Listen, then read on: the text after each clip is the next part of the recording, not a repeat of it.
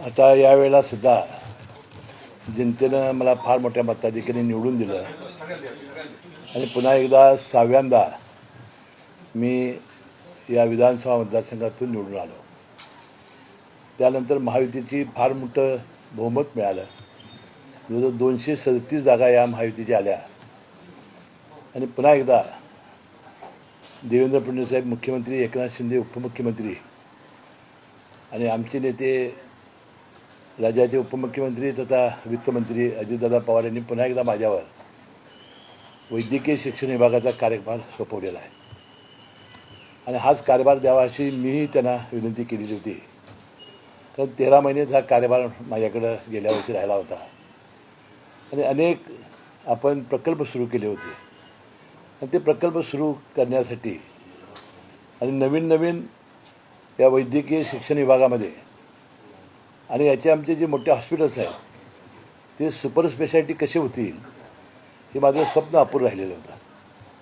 मला वाटतं येत्या कार्यकाळामध्ये जेवढा मला कालावधी मिळेल त्या काळामध्ये अतिशय चांगलं, शाश्वत आणि लोकांच्या कायमपणानं स्मरणात राहील असं काम करण्याचा माझी मनीषा आहे. तसं आता आमचं जे हॉस्पिटल सगळ्यात मोठं हॉस्पिटल आहे मुंबईचं आणि अजूनही आपण तिथं किडनी ट्रान्सप्लांट करत नाही, लिव्हर ट्रान्सप्लांट करत नाही, हार्ट ट्रान्सप्लांट करत नाही आणि मोठे जे खाजगी हॉस्पिटल्स आहेत त्या प्रकारच्या त्यांना सुविधा देणं, सर्व प्रकारचं इन्फ्रास्ट्रक्चर शासन देईल आणि मग जे हॉस्पिटल असेल, नागपूरचे दोन्ही आपले हॉस्पिटल असतील, IGM, त्यानंतर 2 मेडिकल कॉलेजेस आपले तिथं आहेत, त्यानंतर संभाजीनगरचं घाटे हॉस्पिटल आहे किंवा कोल्हापूरचं CPR आहे, आता आम्ही शेना पार्कमध्ये ते नेतो आहे, त्यानंतर लातूरचं आहे, आंबेजोगाईचं आहे.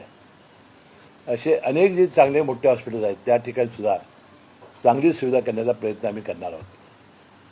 यावर्षी केंद्र शासनाच्या धोरणाप्रमाणे आणि वैद्यकीय शिक्षण विभागानं फार मोठे कष्ट आम्ही घेतले होते की 12 आम्हाला नवीन शासकीय महाविद्यालय करायची होती. त्यामध्ये मी केंद्र सरकारचा आभारी आहे. थोड्या आमच्या त्रुटी असूनसुद्धा त्यांनी आपल्याला 10 नवीन महाविद्यालयांना जवळजवळ 900 MBBSच्या जादा सीट्स दिलेल्या आहेत. आता याचं इन्फ्रास्ट्रक्चर तयार करणं, कॉलेजची इमारत, हॉस्पिटलची इमारत, याला फार मोठा निधी लागणार आहे. केंद्र सरकारकडून तो निधी मिळवलं आणि आपल्या राज्य शासनाच्या निधीमधून नवीन झालेल्या 900 जागांच्यासाठी नवीन 10 महाविद्यालयामध्ये अति चांगली सोय करणं, त्यांना सगळ्या सुविधा देणं आणि जे MBBS PGचे विद्यार्थी शिकायला येतात त्यांना सगळ्या सुविधा देण्याचं काम आम्हाला करावं लागणार आहे.